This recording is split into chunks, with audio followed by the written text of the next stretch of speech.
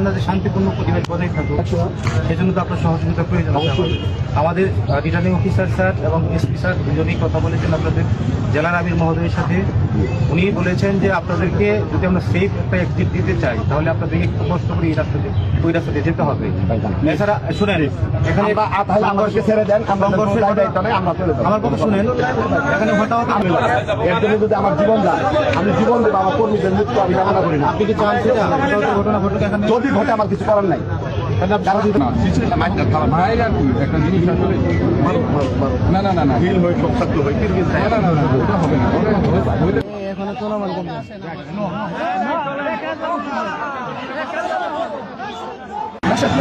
পায়ে ধরি পায়ে নিয়ে যাচ্ছি কোথায় যাবো? না যাবে না, নো নো নো আমার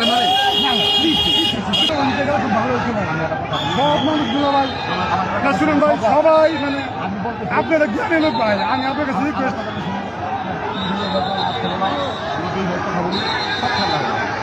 মানে আমার কাছে মনে হয় কি আমারও 50 জন মানে